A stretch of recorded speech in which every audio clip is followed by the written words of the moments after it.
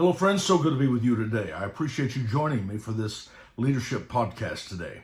I'm going to talk about something emotionally today that we deal with that affects us in every area of our life, and that's grief. Grief. Now, that happens when you lose something of value has been taken from you, maybe a lost loved one or whatever, but it's something that goes so deep in your heart that there is a groaning in your soul. It's a grief. That's the best way that I know to put it. It's something that is very important for your life. Now, the reason why grief is important is because it's an expression of our values. If we didn't have any values, the loss of someone, for instance, would not mean anything. It'd just be like turning the page on a book. Well, that's over, go on. But life is more than that. We have values, and our life is lived by those values. And because we have values, it breaks our heart. It touches us very deeply when something is lost. And I wanted to talk to you about the 3 stages of grief. Okay? Now, I take this from the story of Nehemiah. Nehemiah was actually assigned to go rebuild the walls of Jerusalem. And just to cut it short real quick, he actually made 3 trips to that site. The first trip that he went, and these are things that run parallel with the way we should handle loss. We should handle grief this way. The first trip that he made, he went and he wept. He wept over the condition.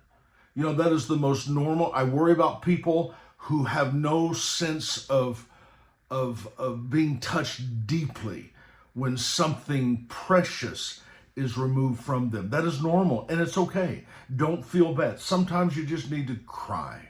Sometimes you just need to find a friend that you can go to and just bare your soul, and don't be afraid to cry. I don't care who you are. That sometimes is the most cleansing thing that you can possibly do. It's my soul hurts. That's the time of grief. That's the first stage. That's what Nehemiah did. He went there. Now, a lot of people, they get stuck there and they never allow themselves to move out of that first stage. You are not healthy if you stay in that first stage for a long time. You're just not healthy.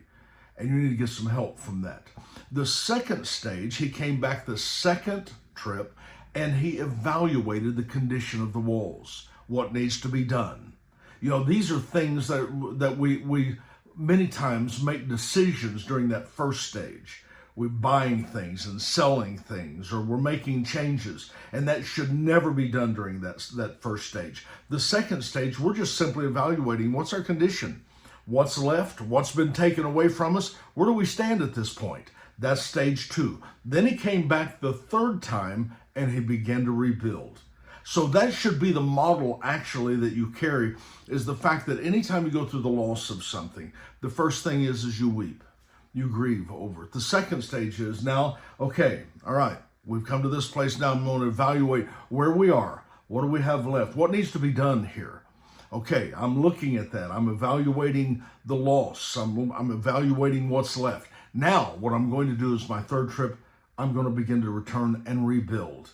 And that's the way your life should be. Maybe you've lost some things. Maybe you've gone through a time of devastation. I know we all have. We all know what it is to face that. But I want to say your life is too important. And as you begin to move, especially into an area of leadership, a lot rests on your shoulders. It just does. And you're going to have to carry yourself in a way that you're not just buried in that situation. You're going to have to begin to rise up, because more is going to be demanded of you than you realize. People, circumstances, situation, maybe your business, whatever the case is. If your business, sometimes we go through a loss and our business suffers as a result of it. You need to have your head in the game when it comes to your business, your future, and what you're doing. So that's what you're going to do. First time, take time, mourn over it, grieve over it. Number 2, evaluate where we are, what needs to be done. And then that final stage, you return and build, because there's a future and there's a life for you, and it's going to be very important. So that's what I got for you. That's kind of the process of what you need to do during a time of grief or during a time of loss, okay? It's very important that you understand that. You're too important to the game to allow yourself to be sidelined by things. You got a race to run yourself. All right, thank you for joining me. If you want more information, you can go to my website, jerryedmond.com. I've got a lot of things, a lot of resources there that I think will be a blessing to you. Love you guys. I want to say thank you for being a part of this. And I pray for you, and I think about you guys so much more than you realize. And I'm looking forward to my next opportunity to be with you. All right? God bless you. And I'll talk to you next time. Bye-bye.